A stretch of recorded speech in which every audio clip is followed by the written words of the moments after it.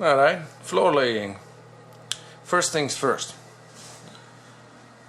You might want to paint before you lay new floors.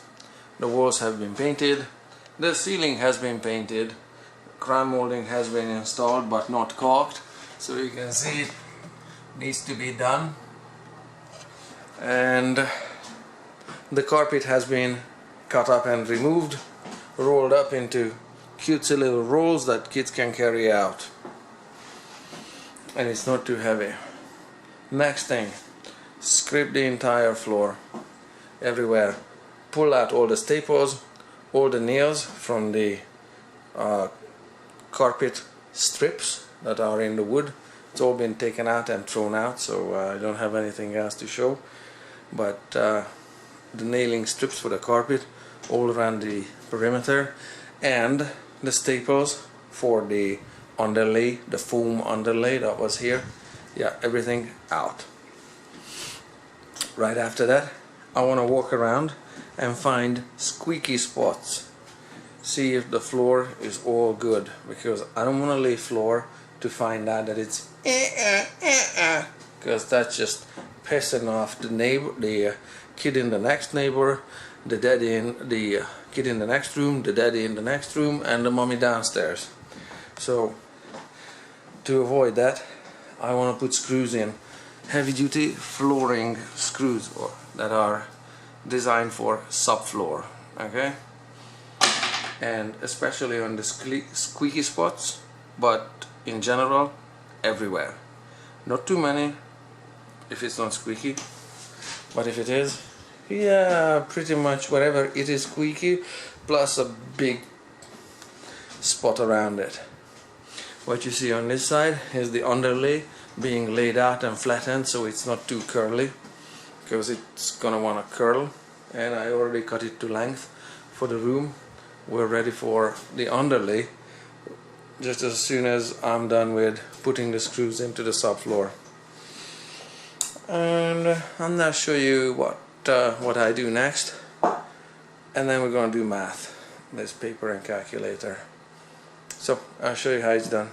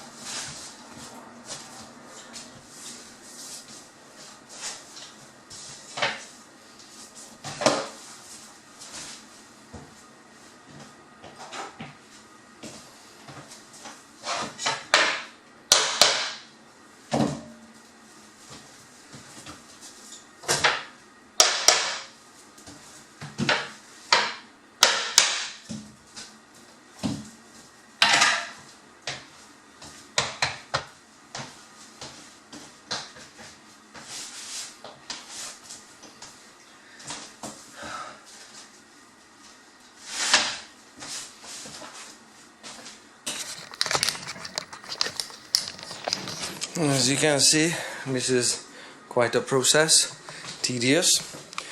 I'm gonna have to leave when a little gap like so at this end of the work,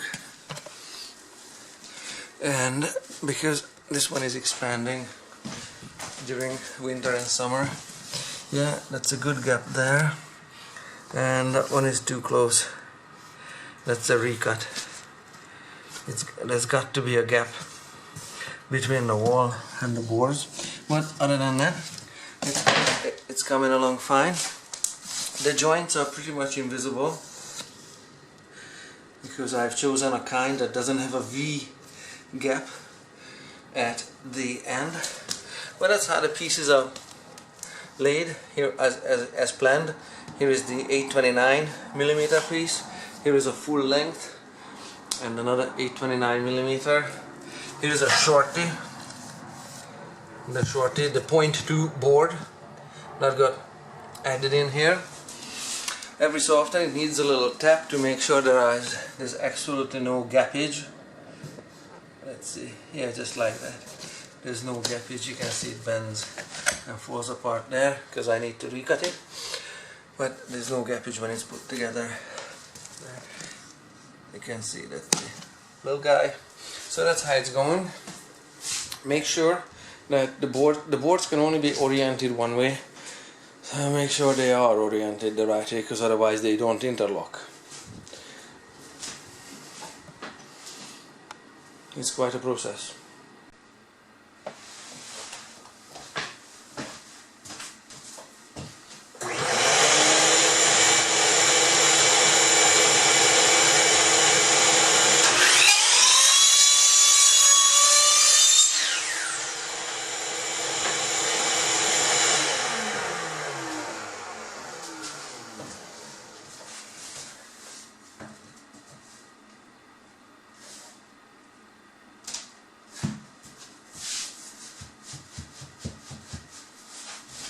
That's a lot better.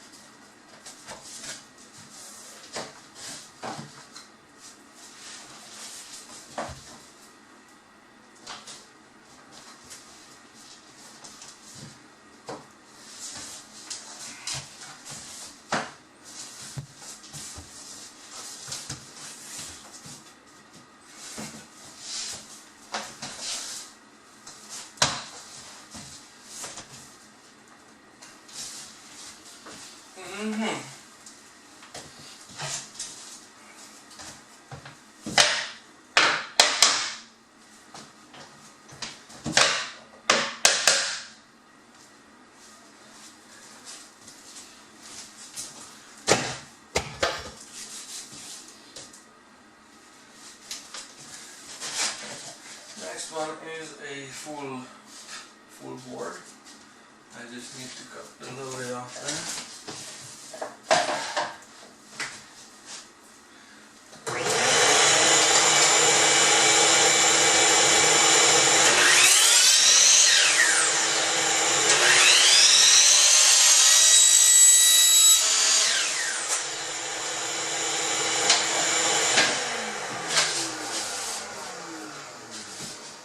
Of course, sawhorses are invented, so use them if you like them.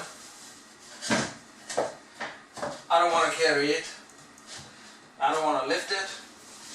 So I just do it this way, if you don't mind. Because I only have 2 little rooms to do, I don't know, an hour here, an hour there, do a little painting. So probably if I would need to do it all day long, for weeks on end, sure I would probably get one, but not for just a little patch of floorboarding here.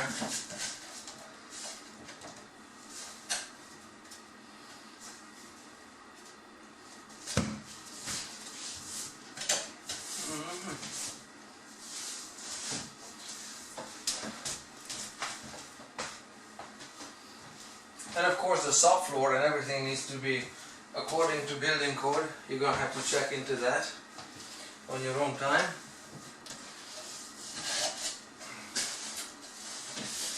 Yeah, it does matter which end you cut off because they only go together one way. So, it's coming together. These floorboards here are just laid out loose. Those ones are all snapped together. Because I'm working on this piece here, it seems to be that I can make this out of one piece. That's how the piece looks like. And it's got this cut on it that I laid out from this wall. You can see I had to cut it narrower here. It's wider here. So that's gonna be one piece. There's no Mickey Mouse pieces in there. There. And that's how it looks like when it's in place. Then I try to cut it close to the wall but leaving a little gap. There's not a lot of light in here, sorry, there is a gap there. And it's also looking nice there at the far end. Let's see. There. You can see it reaches under this drywall but doesn't hit the 2x4 there. So it's a good fit. So I'm just gonna need to snap this one in place. And at the other end of things, I have a situation with, that cutout. I might be able to leave just a little super skinny slice on so that this piece is not entirely free floating. Might just leave it on if it stays together. I hope it does. And that's how it's gonna look like. But even if it doesn't stay together, the rim on this one would cover it, even if this was exposed. Let me show you. If this one is uncovered as is,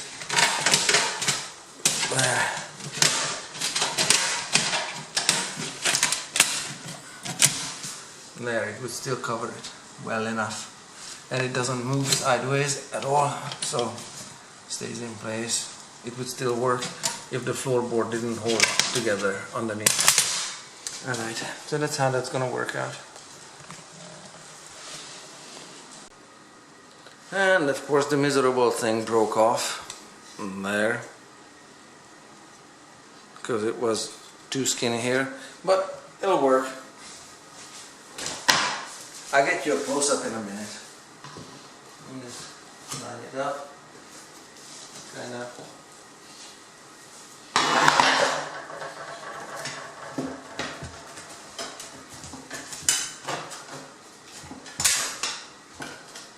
There are better tools than a drywall blade for floor laying, but don't worry about it. There.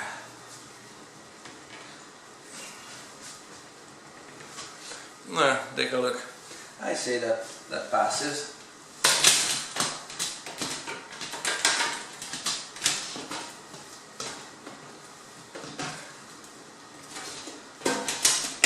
There.